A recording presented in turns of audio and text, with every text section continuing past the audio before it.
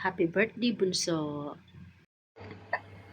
Hello po, mag-birthday po ng alaga ko ngayon, so magluluto po ako ng patatim. Yan po. Blanch ko muna yung aking pata. Yan. Ayun. Sinunog ko na po ito sa kanina. Sa pagbili ko. Blanch ko po muna. Yan po, ilagay natin yung ating pata sa kawali. Yan. At ilagay na po yung ingredients niya. Black pepper. Yan. White pepper.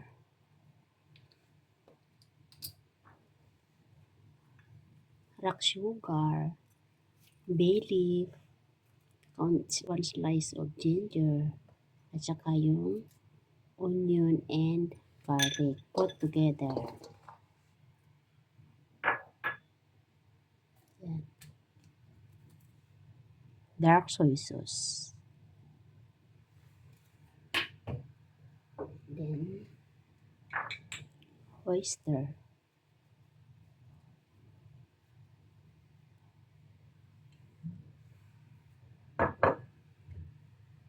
And then, Sprite.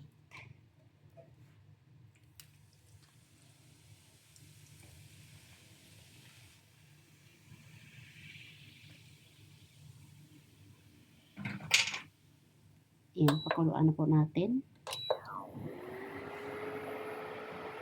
Ayan natin yung 1 hour.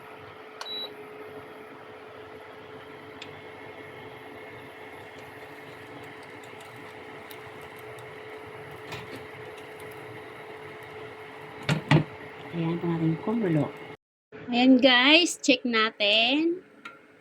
Wow, wow, wow, init. Tingnan natin.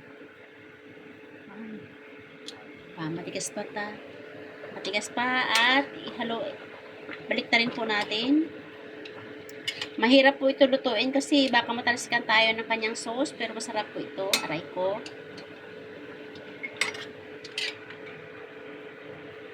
Ayun. Kaya po may chopstick para hindi po siya dumikit. Yan, lalagay ko po siya sa ilalim para hindi po siya dumikit. Yan. Pakuluin na rin natin. Hanggang sa lumambot.